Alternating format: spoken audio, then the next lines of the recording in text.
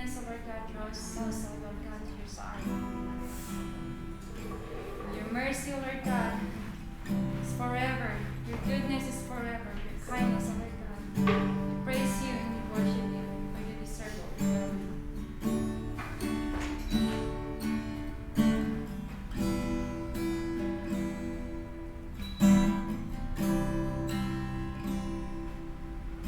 Your kindness leads me to repentance.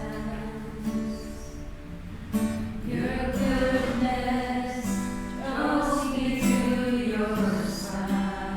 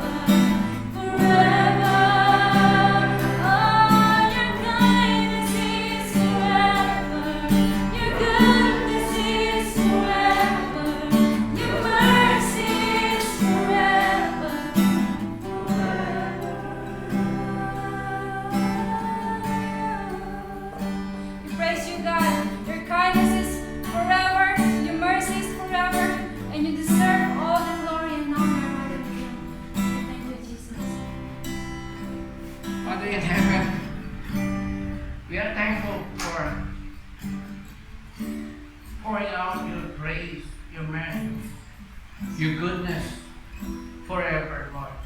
Because you are forever. You never change. You are always the same. And we can depend on your goodness and faithfulness, Lord. On your wisdom, your promises that you will be with us to the end of the age.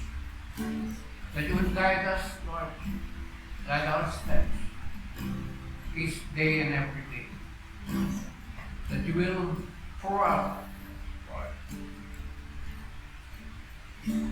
your mercy and allow us to experience your goodness. That we, not just we experience, but we see your goodness, Lord. Not just in our lives and our families, this church, especially the church that you have established for us, where we can be part of this big family, your family, Lord. We're thankful for your sacrifice, and through this sacrifice, Lord, we are not worried where we will go. We are not worried whether we will become citizens of Europe or not, because we are assured that our citizenship is in heaven. And Father, help us to endure, to be patient, and to continually experience the power that is at work, your power, God, the power that has raised Jesus from the dead. And it's the same power, God, that is sustaining us, sustaining this church, Lord. May you bring revival to every heart and conviction as well, reminding us that all the things that we hold, all the things that we are holding on to this world, they will never last, but you will last forever. And those who have put their trust in you will never be put to shame. Those who have trusted in you, they will last, because you have intended us to live with you forever. Thank you, Father God, for ministering to our needs, not just today, but every day. Thank you for the favors and blessings you have poured out upon us, allowing us to experience and to see that unchanging nature of the Lord Jesus. So we all dedicate these things to you. What we do today in your church. We just want to bless you. We don't ask for anything else today, but we just want to bless you. In Jesus' name. Amen.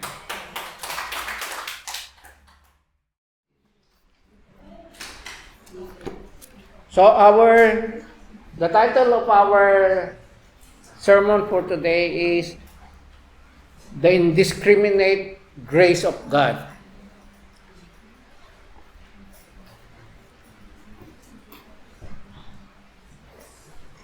I would like us to continue with the book of Isaiah. Remember, we started a few Sundays ago, starting with the suffering servant, if you remember, in Isaiah 53. So we would like to continue our journey through the book of Isaiah, until such that God will give us another or something new to learn. We have heard and learned that, in the past Sundays about Jesus who extremely suffered for us, for our sake, so that we may not experience shame and condemnation. That He is God, He is the God who restores, He is the God who refreshes. And the other Sunday, we heard and learned that He is the powerful Word of God that gives life, that restores life, and that He is the Word that illuminates our path and the light that shines in the dark. world. I don't know if you have heard this, if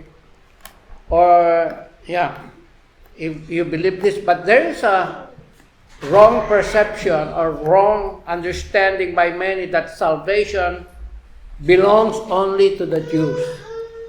Yeah, have you heard that?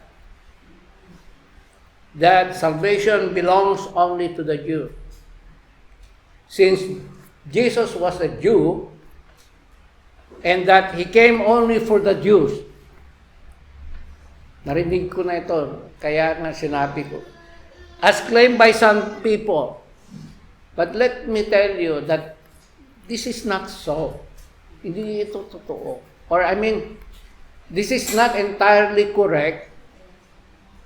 And it is not also entirely wrong either. So, half truth, half false. Yun. So, if you read the Bible, there are verses that tells us that His love, His grace,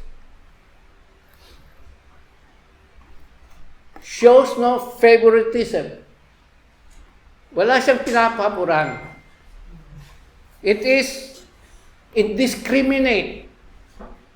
Ibig sabihin ng indiscriminate is that yung salvation ng Diyos ay hindi exclusive, but inclusive. Yeah. Lahat ay included. Ang ibig sabihin, yung grasya ng Diyos, ang salvation ng Diyos, lahat ay included. It is for everyone. Praise the Lord. Hindi pinipili ng Diyos. Let me just quote to you Bible verses that says that God's love, God's grace is for everyone. First is John 3:16. Anong sabi? For God so loved the world. God so loved the world. Hindi niya sinabi for God so loved the Jews. Hindi niya sinabi for God so loved the Greeks. Hindi rin niya sinabi for God so loved the Filipinos. Hindi sinabi. Lalo na, hindi niya sinabi for God so loved the Ilocanos. Hindi niya sinabi. Hindi nakasali si Brother Blue. Ganon. Di ba? Or si Joshua, hindi nakasali si Joshua sa salvation, sa grasya ng Lord. Pag sinabi niya, for God so loved the Ilocanos, Tagalog siya eh. Pero ang sabi niya, for God so loved the world. Ano pa? Titus 2:11. Ang sabi niya, for the grace of God that brings salvation has appeared to all men. Ayong lahat. Paano babae naman ako? Sinabi men. Hindi, ang sabi ng men kasi, in general yan, general term, tayong lahat. Ano pa? Romans chapter 1 verse 16. Ang sabi dito, for I am not ashamed of the gospel, because it is the power of God that brings salvation to everyone who believes. First, to the Jew, kasi yun ang pinuntahan una ng Panginoon. Then, to the Gentile. So, lahat. Yun. Kasama na yun. Si Peter, di ba? Si Peter, he was in a trance in Acts chapter 10. Ang sabi ni Peter, nung na-experience, nakita niya yung trance at naintindihan niya, in Acts 10 verse 28, ang sabi niya, but God showed me that I should not call everyone impure or anyone impure or unclean. Di ba? Nagpakita yung large sheet wherein all kinds of reptiles. And sabi niya, get up, Peter, and eat, kill and eat. Sabi niya, Lord, hindi ako kumakain ng unclean animals. Iyon ang pagkaintindi niya, pero hindi naman yung literal lang sinabi ng Lord. Lahat ng tao. Kasi ang impure, Even though I speak in English, Brother Sorgit is having difficulty. Olymas, mas ang kapayo Theos. Then they put in India, then they Philippines, Olymas. Then they ipidi sa po tinalada, sagapo. Amen. And then also in Acts chapter 10 verse 34, lalo pa mas maliwanag na ito. Ang sabi niya, then Peter began to speak nung pumunta na siya sa centurion, pamilya ng centurion, when he went to minister. Kasi sinundo siya ng mga sundalo ng centurion.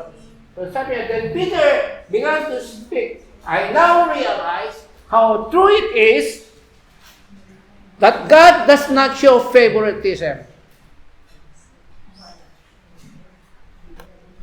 Verse 35, but God accepts from every nation the one who fears Him and does what is right. So, minani si his Sergei sagapay of Theos. Mangapay, o Theos to sagapay ulos. And this is why I entitled, or I put the title of our sermon for today, God, or the indiscriminate grace of God. Because all mankind, Olymas, must eplase Theos, in His likeness, and this is the great thing, in His likeness, in His image, that His love and His grace is available for everyone, regardless of where he came from, his ethnicity meaning Filipino, Apotid India, Hellenes, Americani, Opedipote. And his educational background, then pigas eskolyo, dito kita Theos etsi. Sa kapay. Then in a problem. Cultural and economic background as well. So let us open our Bibles in Isaiah 56 from verse 1 to 8. And before we go to our text, let us pray. Father, in the name of Jesus, we come to you in humility, Lord, enable us, empower us to understand your word, to read through your word, to live through your word, God, and help us to experience your presence today and encounter you in a very special way, Lord, in an intimate way, and that you may speak to us personally, intimately, and Lord, even silently. May you manifest your power, Lord, through your word today. In Jesus' name. Amen. So let us go to our text. Isaiah 56, verse 1 to 8. It says there, this is what the Lord says, maintain justice and do what is right, for my salvation is close at hand, and my righteousness will soon be revealed.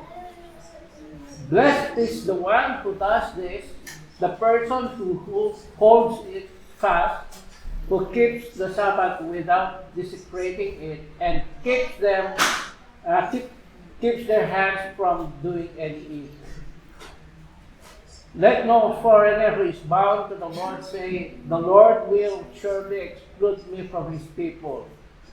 And let not you not complain, I'm only a dry tree.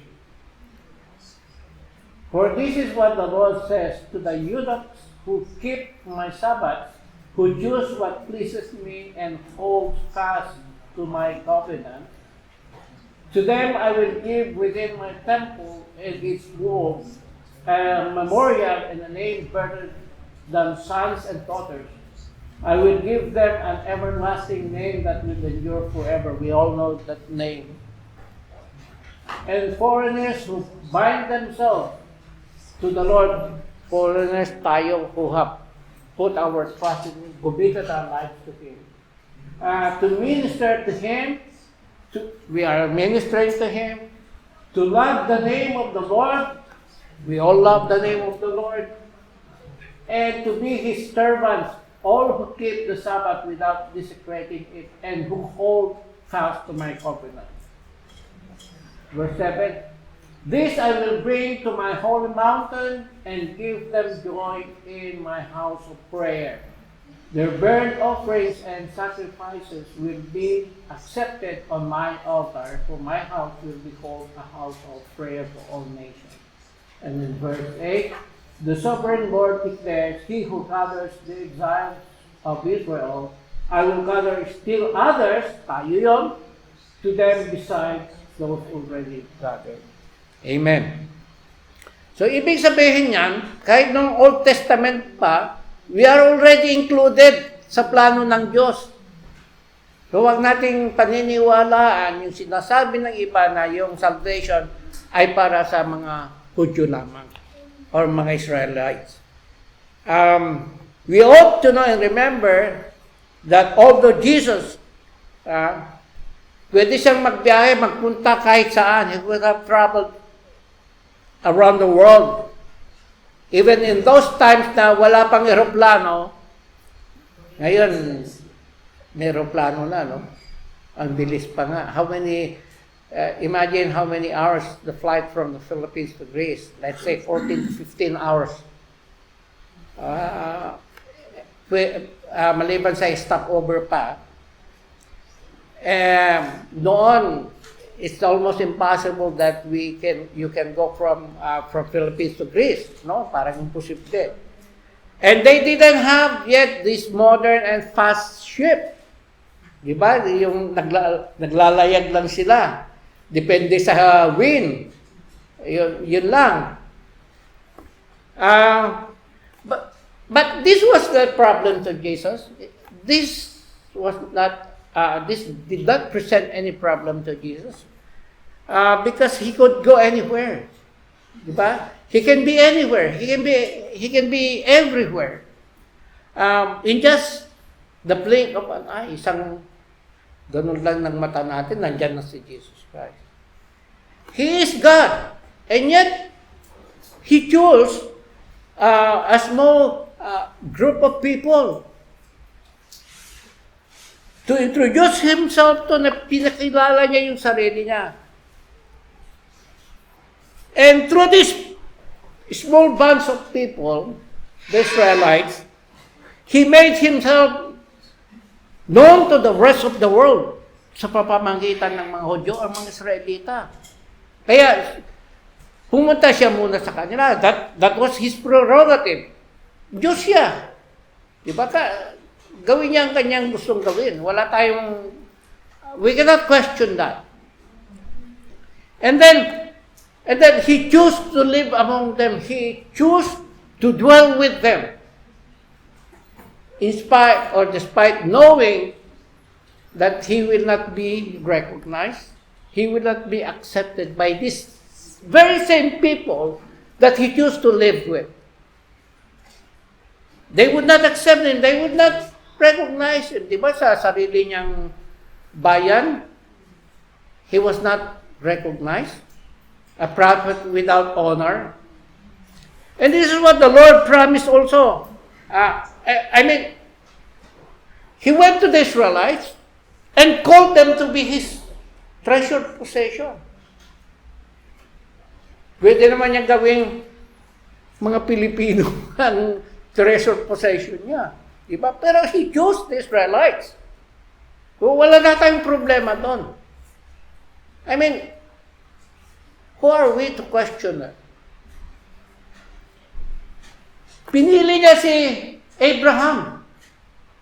He called Abraham from the land of Ur of the Chaldeans to be His messenger and to where His blessing will spread out. Ang sabi niya, I will make you into a great nation. And I will bless you. We can find that in Genesis chapter 12, verse 2. I will bless those who will bless you. Kaya nga, as we pray, let us never forget to pray for blessing for Israel. Let us not forget to pray for the peace of Jerusalem. You know, Jerusalem, Israel now is being,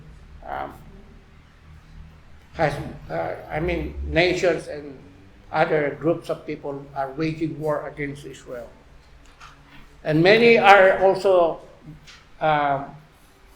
recognizing now the state of Palestine.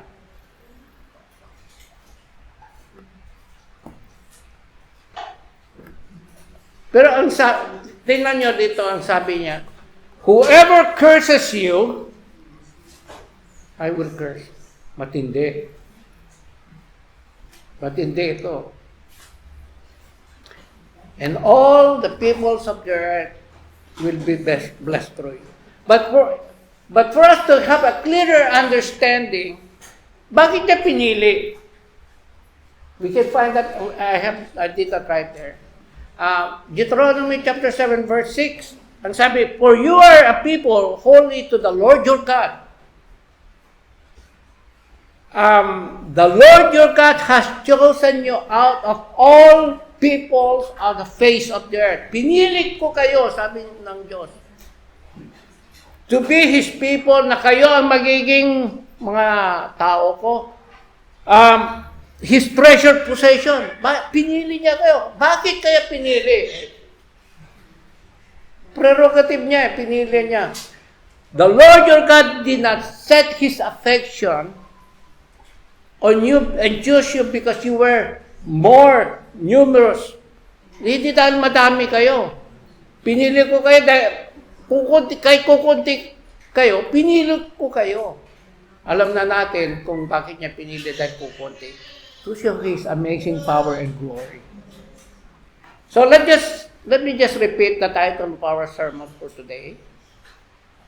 The indiscriminate grace of God in Isaiah 56 verse 1. So allow me to quote Bible verses that would prove or reinforce what we are saying today this afternoon. That the grace of God is for everyone without preference or favoritism. Walang pinipili. So let us read Ephesians chapter 3, verse 4 to 6.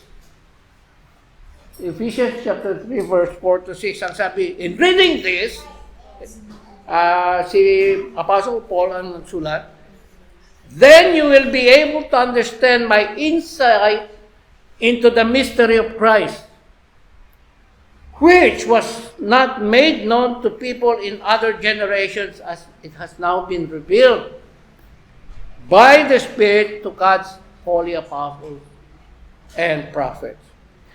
Ano yung mystery? This mystery is that through the gospel, the Gentiles are heirs together with Israel. Members together of one body, isang katawan, the church,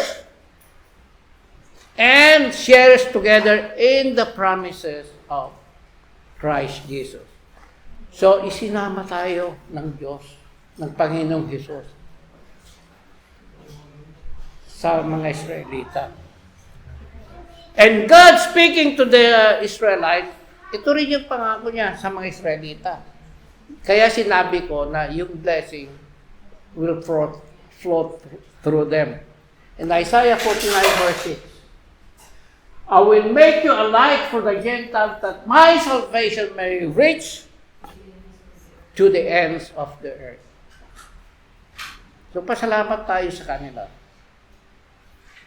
That through the Israelites, nagkaroon ng yung salvation flowed through them, dumating sa atin. Ibig ko sabihin mga kapatid, si Paul, Israelita siya. Di ba? Isa siyang Benjamite. sa tribo ng Benjamin. Pero siya ay naging tinawag na apostle to the Gentiles. So yung salvation napunta sa mga Gentiles or inabot ang mga Gentiles. So Gentile means, we know who the Gentiles are, Gentiles. Pag hindi ka Hudyo, ikaw ay Gentiles. Kung hindi ka Israelita, ikaw ay Gentiles. Meaning, from India, Filipinos, Americans, Germans, Greeks, and so on and so forth. So let us go to verse 1. This is what the Lord says. Maintain justice and do what is right. For my salvation is close at hand, and my righteousness will soon be revealed. Verse of blessed is the man, sabi, who does this. The man who holds fast, who keeps the Sabbath without desecrating, and keeps his hand from doing any evil. Merong wrong impression. Many have the wrong impression or wrong perspective, including tayong mga Kristiyano, that when the Bible talks about maintaining justice and doing what is right, ang ating isipan ay tumatakbo doon sa mga wrongdoers or those who commit crimes, those who do bad things na to be punished. Di ba yan? Yung pag criminal ka, mapapanis ka. And this line of reasoning is limited to that direction. According to the Bible, itong pinag-usapan natin. You know, I believe that this is not just that. There is something more. What I would like to say is that we cannot maintain justice and we cannot do what is right when we fail to give help. Or when, to those who need help, or when we intentionally refuse to help while we can and when we can. We cannot maintain justice when we fail to give help when we can and while we can. Of course, when we say help in the good sense of the word, help means to uplift. Itaas mo yung buhay o yung kondisyon, situation ng isang tao upang magbago from bad to good or from good to better. Yun ang ibig sabihin. And also maintaining justice and doing what is right or making things right can also mean that when things or when when they are wrong, you make things right. Pag mali, make things right. And likewise,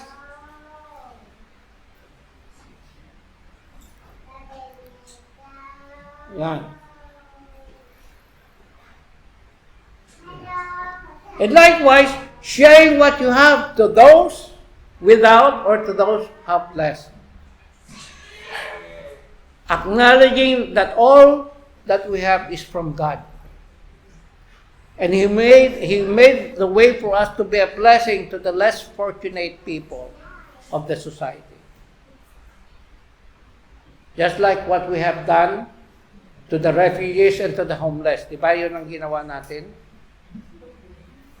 And I believe we will still do that whenever we can and while or wherever we have the means. Salamat tayo sa employer ni Brother Maris Starcioni, si Chloe. Yeah. And we are doing this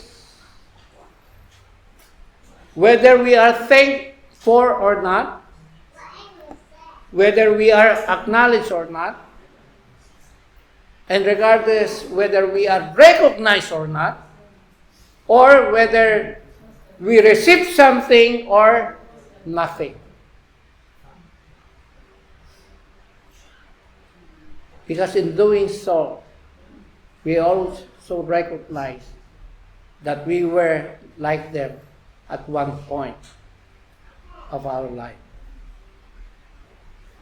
Diba? Naging ganun din ang sitwasyon natin at one point sa ating buhay. Maintaining justice and doing what is right is also telling people about Jesus and His salvation. Isa rin yun. When you share the gospel, when you share the love of Jesus, when you share Jesus to people, we are also maintaining justice and doing what is right. That without Him, without His salvation, everything they have worked for, yung mga tao, or everything they have achieved, ay hindi magkakaroon ng kabuluhan or importansya. Magiging useless and they will die without God in their lives.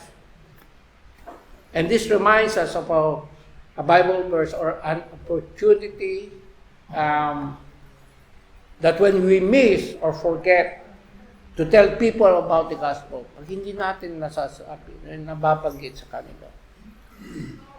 And as people continue to reject and refuse God's offer of salvation, ito yung mangyayari sa kanila. They will spend eternity without God.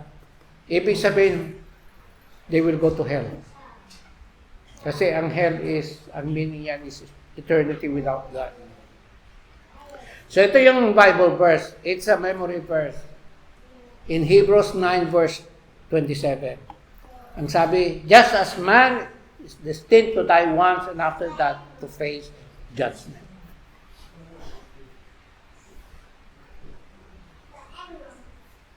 Most often, we claim that in obedience, there is blessing. Amen? Diba? In obedience, there is blessing. And like most of the promises of God are conditional. May condition. God will bless you if you do these things. Ganon yun. Meron naman siyang promise na unconditional. And that is salvation. Therefore, yung unang dalawang Bible verses of our text are commanding the Israelites at tayo rin na we have to maintain justice and do what is right in anticipation and in expectation of what God will do or what God will about to do in us, to us, and for us. Some of us may be getting tired or are growing weary, like yung may pagkapatiran natin in our journey.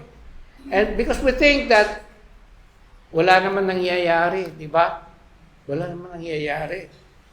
Nothing good is happening. And we thought that we are somehow wasting our energy and time. Nag-aaksaya lang tayo ng panahon ng pagpunta sa church. How wrong we are. Sometimes our minds and our eyes are more focused on the material and physical things, di ba? Kaya parang ang naisip natin, walang nangyayari. Wala naman tayong tinanggap na pagpapala. Alam natin pagpapala yung mga material things.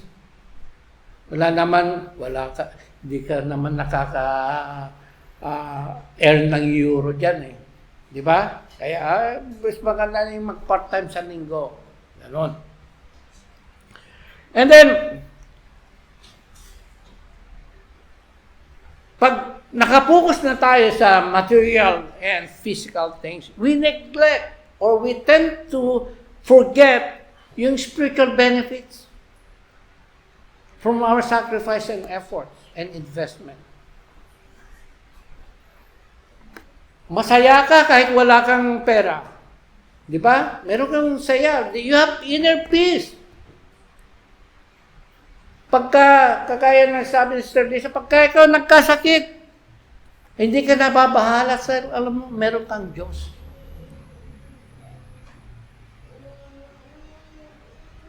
At saka, karamihan sa atin dito, hindi naman tayo nakakasakit ng mga malubha. Kahit malubha, kung tinutulungan naman tayo ng Diyos. In fact nga, isang testimony, kahit ayaw ni Brother Mario. Si Brother Mario, nung na-opera siya sa dito, yung open heart, biro nyo, binibisita ko yan ng tuwing hapon galing ako sa Factoria from Agio Stepanos. Mag-shower na lang pupunta ako sa ospital sa Hippocrates. Nakikita ko yan noon, naawa ako sa kanya, yung daming nakalagay na aparatos. Pero I believe that God is with yung mga angels. Sabi ko, Lord, palibutan niyo ng mga anghel ninyo, huwag niyo hayaan, pababayan. Continue to watch over him. Renew his strength. Ang sabi ng doktor, yung pinalitan ng kanyang valve, 2, 5 years ang duration. Di ba? 5 years? Ilang taon na. That was 2003. Ngayon, 2024 na. 21 years. Praise the Lord. So, ibig sabihin, sometimes or oftentimes, kahit tayong mga Kristiyano, kahit matatakaw na rin Kristiyano, napopokus pa rin the things that are sin. Things that we can hold. And we undermine or we fail to give more importance to the spiritual aspect of our life. Saan tayo pupunta pagkatapos ng buhay na ito? Diba? So we ought to remember that we are spiritually created beings. Tayo is spiritually created being. Although we are emotionally created beings also, but we are spiritually created beings. Sylvia.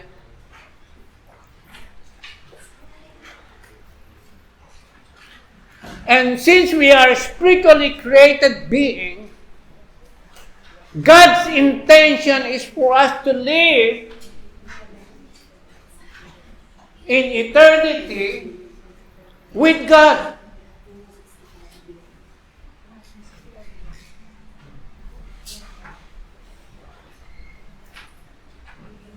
So we are intended, spiritually created beings, intended to live for eternity with God.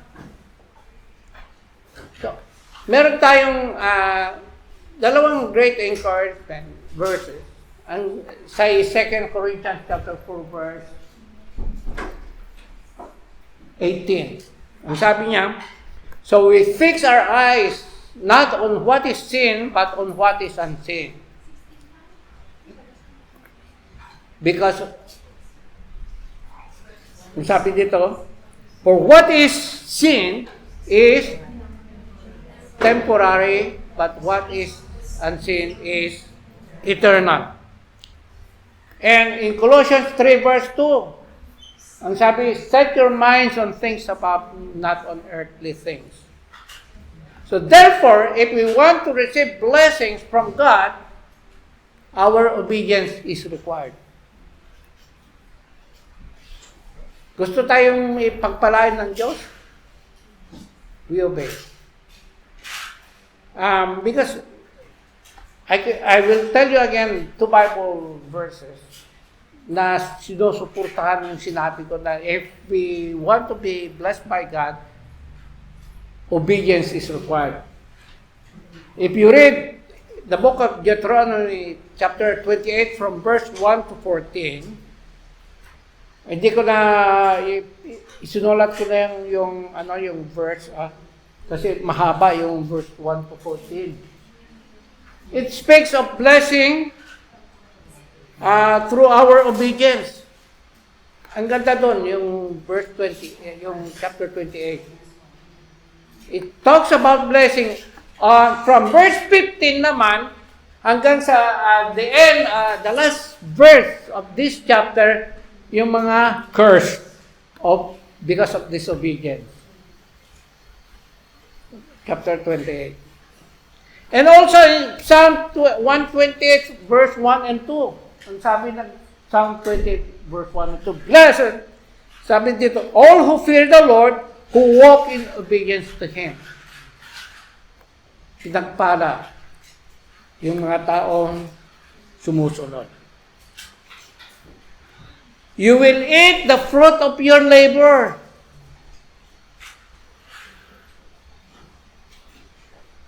Blessings and prosperity will be yours.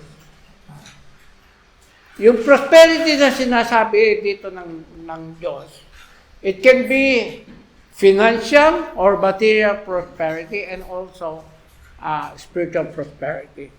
So punta tayo sa verse 3 ng text natin. Let no foreigner who is bound to the Lord say, the Lord will exclude me from His people, and let no eunuch complain, I'm only a dry tree. Let us know what a foreigner means, or what is referring to this, to our birth. Sino yung foreigner? Di ba tayo foreigner dito sa Greece? So alam na natin ang ibig sabihin ng foreigner. It refers to those who are not members of the household. Tayong hindi taga-Israel. Yeah.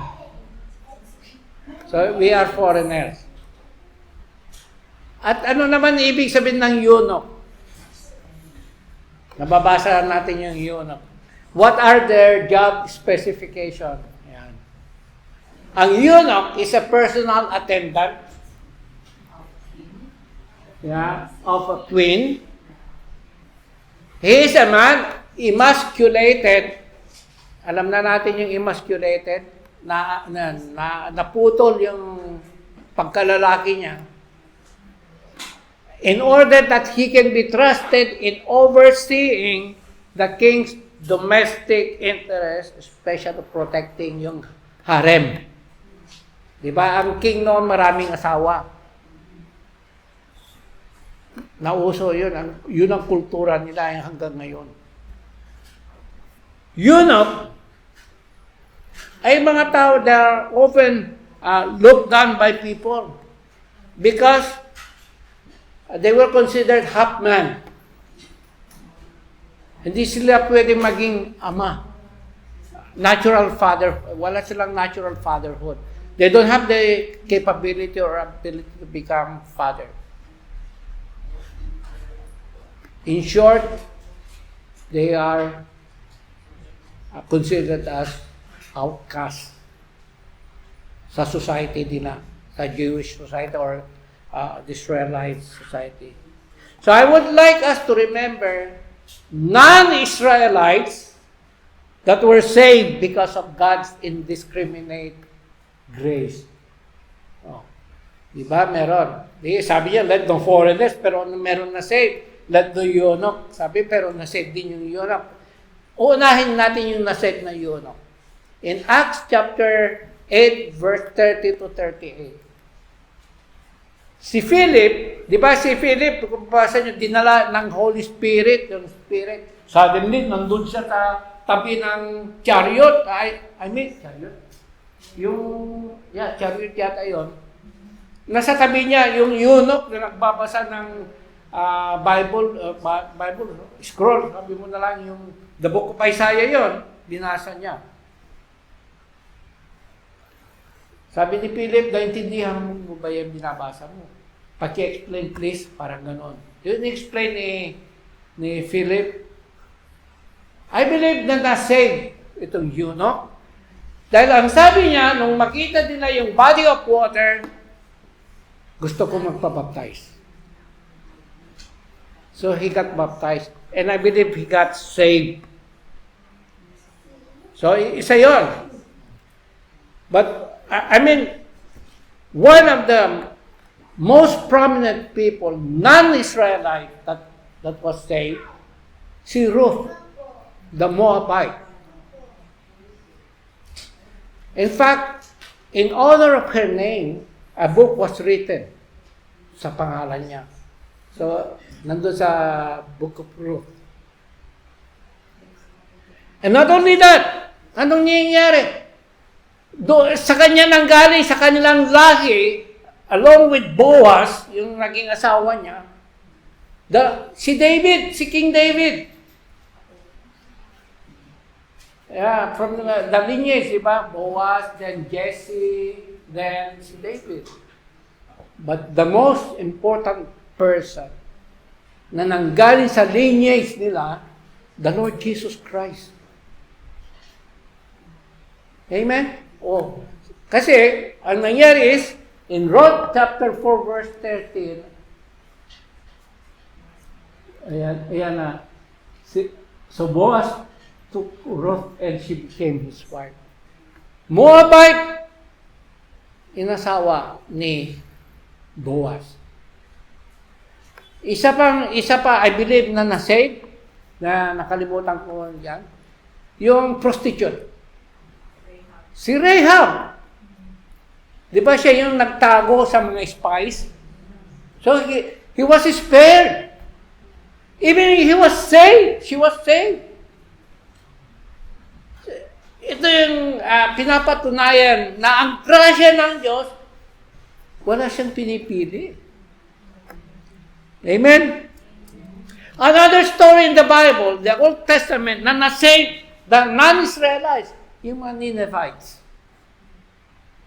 Di ba ang sabi ni Ninevites? Sabi ng Diyos, ayan, sabi ng Diyos, Jonah, pumunta ka nga sa Ninevites, sa Nineveh, and preach repentance.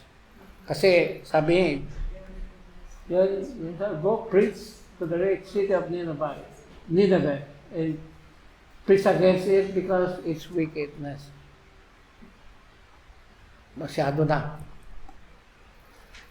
Although, nung una, ayaw pumunta ni Jonah. Sabi, sa halip na pumunta sa Nineveh, gusto niya pumunta sa Spain, Tarshish. Pero binalik din ng Diyos. Mas marunong ka pa sa akin. Sige nga, magpadala ako ng storm. Nagpadala ng Diyos ng storm. So itinapon siya. Pero ang Diyos nagpadala rin ng napakalaking fish. Buti hindi ko kinain yung fish na yun. Nagpadala siya. Binalik siya sa port of Joppa. In our times today, we may be foreigners, like we are now, foreigners in a strange land, or we may be eunuch in some way, not literally, in some way, because most of us have come from the Philippines. Si Surjit, he came from India. So, didala tayo, nagpunta tayo dito, we came to Europe, particularly Greece. And we are regarded, or we are called as people from the third world. Yun ang tatak sa atin, ano? Tritihora. Sometimes it is spoken just as it is. Sometimes meron connotation. Mababa ang tingin sa atin. Hindi naman lahat siguro. Pero most of the time, ito yung connotation ng third world or tritihora sa atin. And oftentimes, we are treated as such. Second-class citizen tayo or even third-class citizen, lalo na yung mga those coming from Africa, di ba? Ang sama ng trato sa kanila. Ayaw pang, pag nakaupo yung black person sa loob ng bus, ayaw tabihan.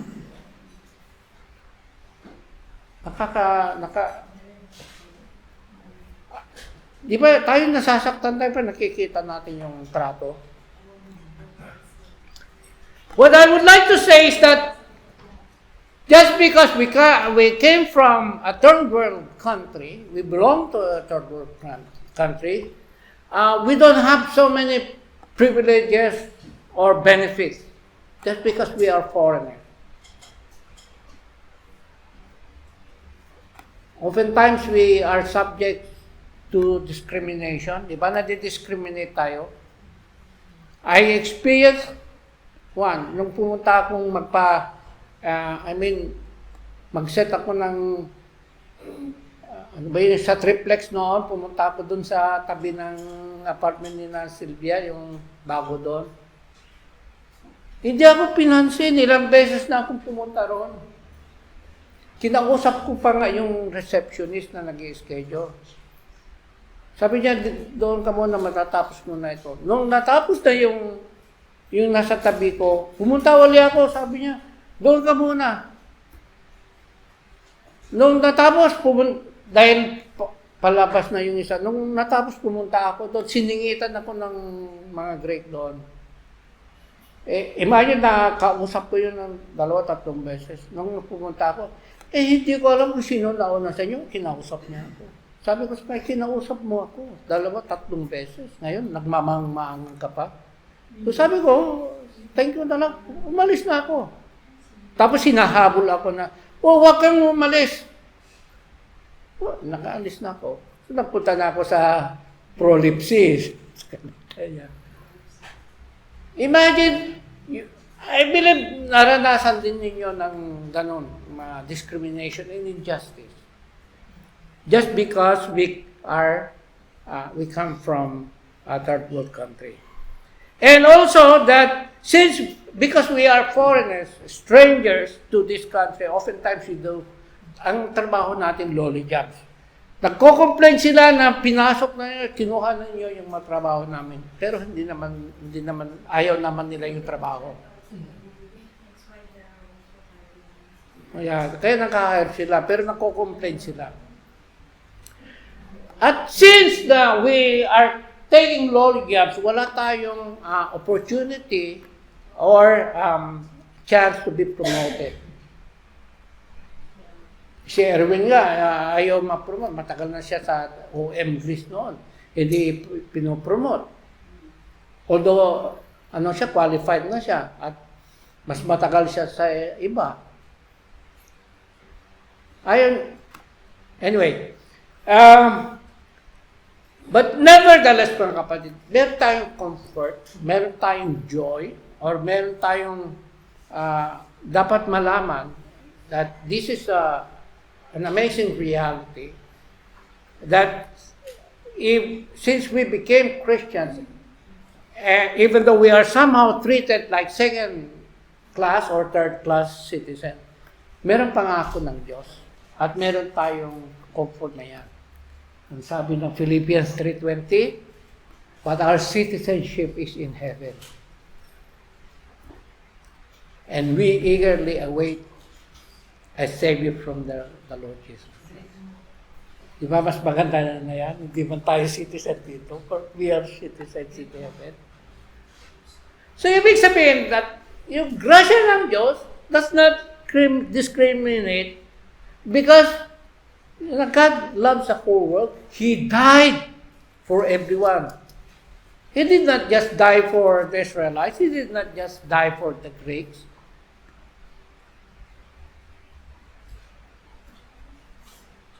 With God's love and grace, everyone is welcome.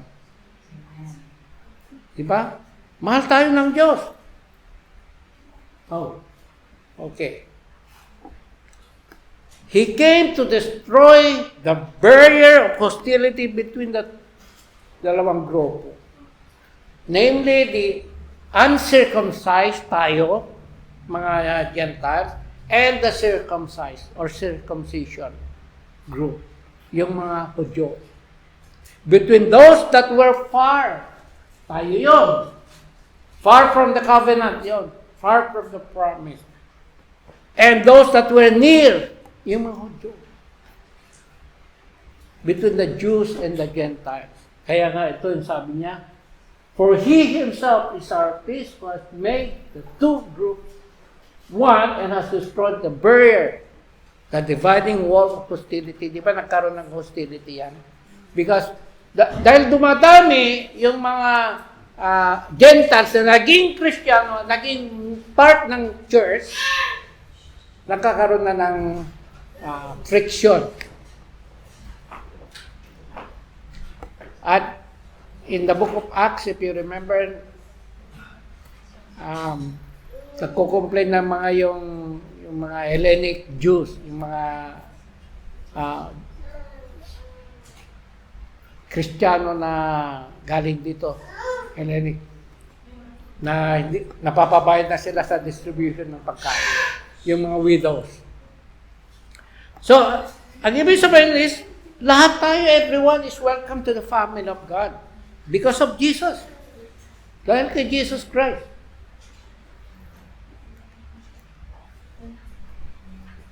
He came to erase the social and racial discrimination.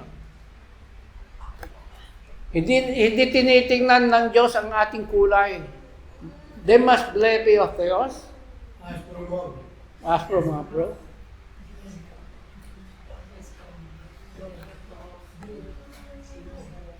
Masarapay olos of Theos. No one is exempted from the grace of God regardless of who you are, where you came from, what you have done, and how many bad things you have done. A person may see himself as or herself as lowly, someone who is lowly, rejected person in the community or society, just because he is a beggar, he is a homeless, he is a refugee,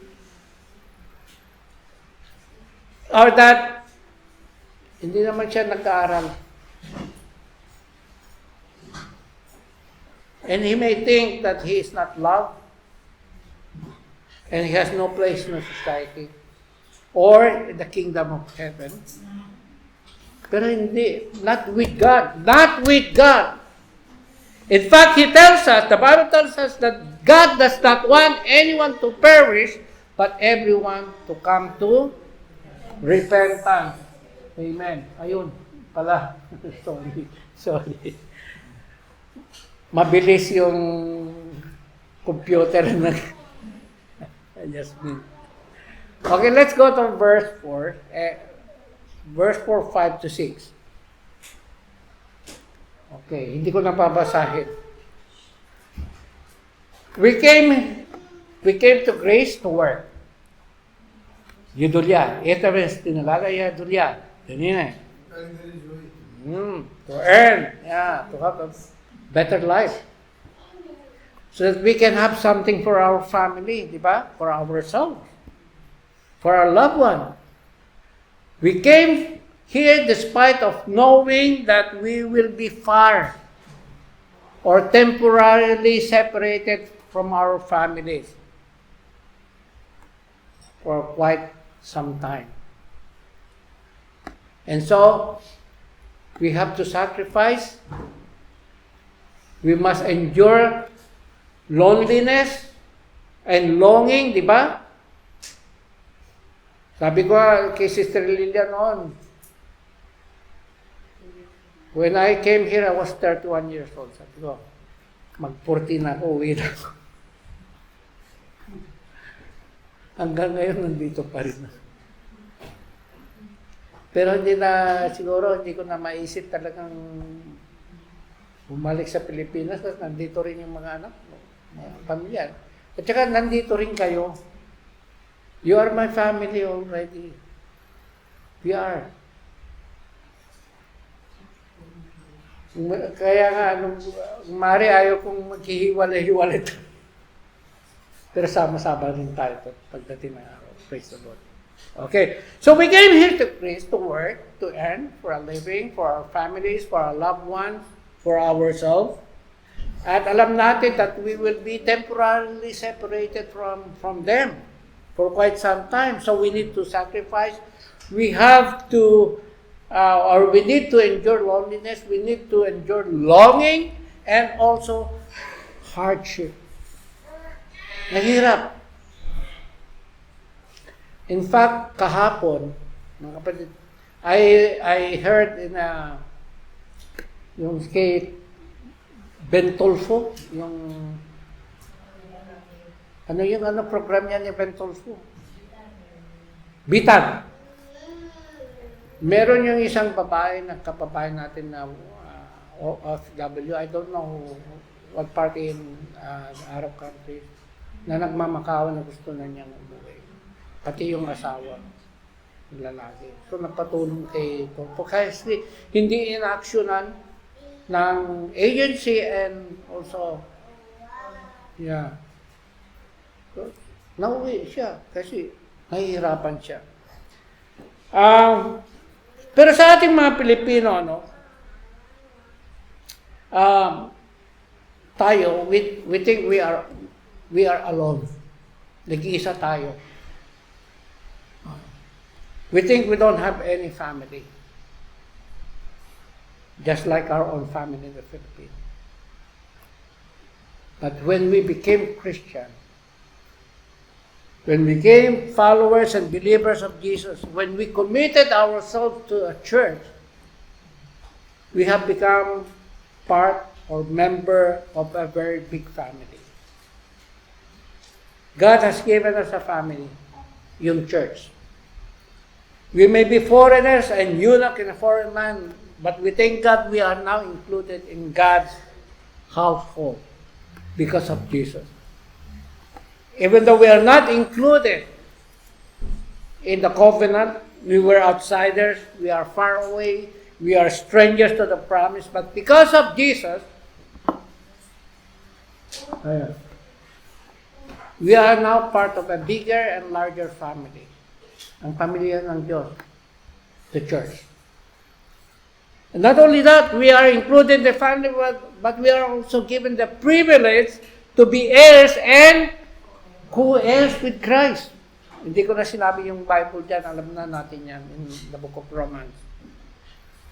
Ano pa? We are given the opportunity, the privilege and honor to serve the living and loving God. Yeah.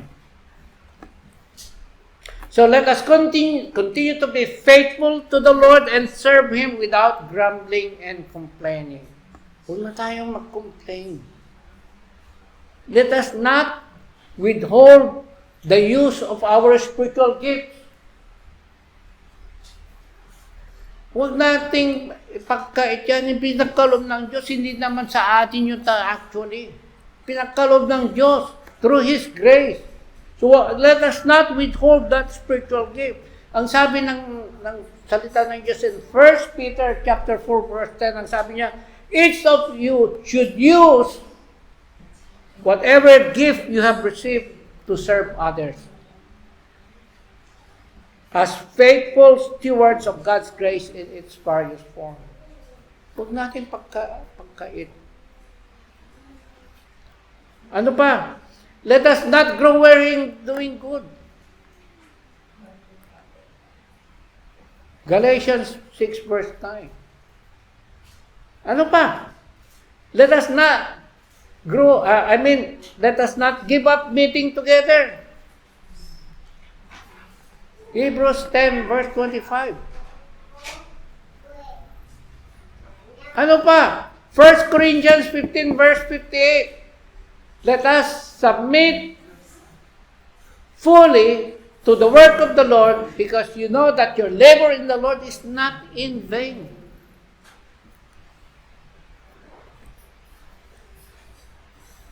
So let us continue to be faithful to the Lord and serve Him without grumbling and complaining. So since we are included or made part of God's kingdom, dapat meron tayong joy. Diba? Let us have the joy.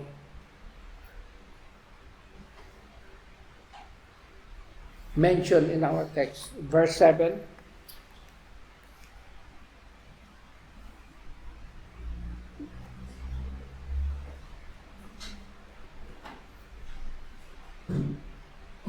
Itong verse na ito was quoted in Mark chapter 11 verse 17. Yan, it was quoted there. Sabi, is it not written, my house will be called the house of prayer for all nations. It is an enormous privilege to be connected to God. to have access to God through prayer. So, huwag nating babawalain yung prayer meeting natin every Saturday. And privileged to be part of the church. Every time we come together to the house of God to pray, to fellowship, together in the name of Jesus, He would hear us. And He will respond and answer to our needs, to our supplications, and to our requests. The kingdom of God is open to all, for all nations, and we are honored and privileged to choose na pinili natin to be part of God's kingdom. And God's kingdom, in our context today, yung church. Therefore, mahalin natin ang church. Let us love the church and be faithful to this great institution. Ba't nandun na yun? We are faithful to this great institution and serve through it together with the other people of God. Punta tayo sa last verse.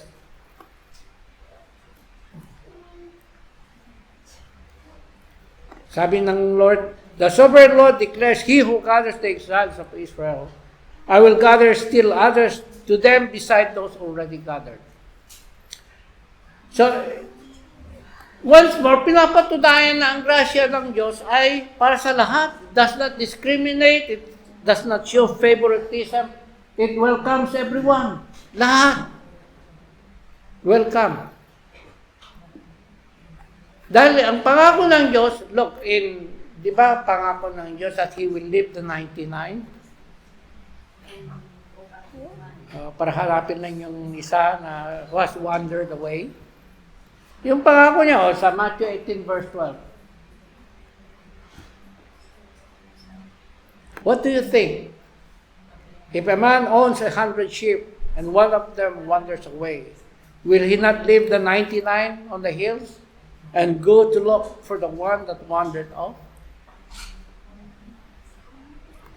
Ibig sabihin, let us not be self-focused. Let us not be self-focused. Yung sarili na lang natin ang tinitin natin. What I would like us to say is, let us open our eyes and look beyond. Look beyond. Look beyond. And let us have compassion, especially to the outcasts of the society. Yung mga kinadidirian ng mga tao. Lalo na yung mga beggars, di ba? Minsan, dahil sa amoy, ayaw nilang katabi. Ang ibig sabihin, mga kapatid, is that if you don't enjoy being in the house of God, there is a possibility that you will not enjoy heaven. If you are not enjoying now being in the church, there's a possibility that you will not enjoy heaven. Why? Because dito, it is here where we are trained. It is here where we are discipled. It is here where we truly learn to demonstrate and express our love for God and for His kingdom. As we come together, that makes us the house of God. Amen? Let us all stand. Father in heaven, we are grateful for this institution, this church that You have established for us. We may be considered, Father, as ordinary people, lowly people, second class. Yet, because of Jesus, we are special. We are part, and we are citizens of God's kingdom. Help us to love this church, Lord. Be faithful to You and to this church. Learn to grow in this church, God. And express our love for You and love for others through this church. Help us to see beyond, not just ourselves, our own situation, but the situation of those who are perishing. And I pray that you will grant and anoint us, Lord, this church, to preach the gospel and win souls for your kingdom.